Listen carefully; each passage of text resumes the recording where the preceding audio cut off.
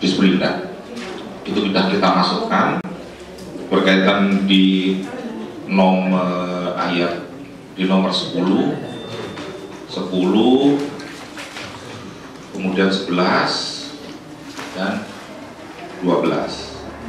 Ini ada 13, ada beberapa berkaitan dengan peraturan-peraturannya, dan juga sudah kita masukkan secara substansinya di dalam norma-norma di dalam pasal-pasalnya. Ada juga perubahan yang kemarin ini, bagaimana Bapak?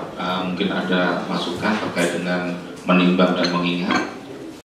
Kalau yang pada kemarin itu misalnya itu kan 10, sekarang dinaikkan menjadi 13. Nah, ini rasional apa enggak? Kalau menurut saya Pak Ketua, kita perhitungkan itu. Ini harus ada perhitungan tanah di Gres ini dalam sekian tahun naik berapa persen.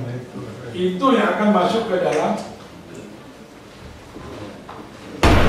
perlindungan anak yang sudah kita bahas, namun ada yang belum terselesaikan karena ada beberapa dari usulan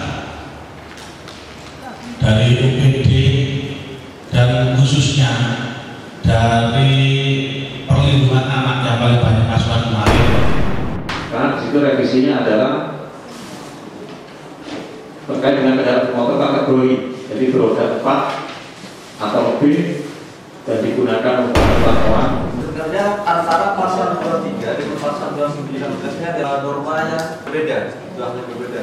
Untuk pasal 23 ini karena tadi saya terkait dengan pembahasan pasal 22 itu kan memang khusus untuk mengatur yang tidak bergerak, sedangkan di pasal 23 adalah untuk yang bergerak. Nah ini terkait dengan apa ya, kalau dikatakan disampaikan oleh Pak Dodi itu karena di Gresik, alasan yang kedua di Gresik belum ada pabrik perakitan, akan tapi norma suatu peraturan perundang-undangan itu harus perspektif ke depan juga. Siapa tahu kemudian di Gresik di kemudian hari ada. Ketika ada, maka kita masa harus kemudian merevisi perda ini, kan enggak. Jadi kita sebaiknya antisipasi sudah ada pabrik mobil. Nah makanya kalau memang itu ada, berarti kan ngapain dihapus? Jadi ini menurut saya mantap.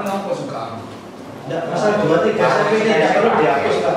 Iya, karena ini saya hapus karena hasil pansus, Pak. Saya mencoba untuk mengakomodir, ya, mengakomodir apa yang ada dalam hasil pansus. Saya menghargai hasil pansus. Karena kesempatan di sini untuk dikembalikan lagi, saya kembalikan. Terima kasih. Jadi perda ini sebenarnya adalah inisiatif dari Komisi 4 DPRD Kabupaten Gresik. Teman-teman konsen di dalam bagaimana persoalan-persoalan sosial kemasyarakatan, salah satunya bagaimana anak-anak kita sebagai generasi muda terlindungi dari beberapa hal yang diakibatkan kurang perhatian daripada orang tua. Misalnya banyaknya TKW atau TKI yang bekerja di luar negeri, anaknya tidak ada yang kemudian memperhatikan. Pemerintah harus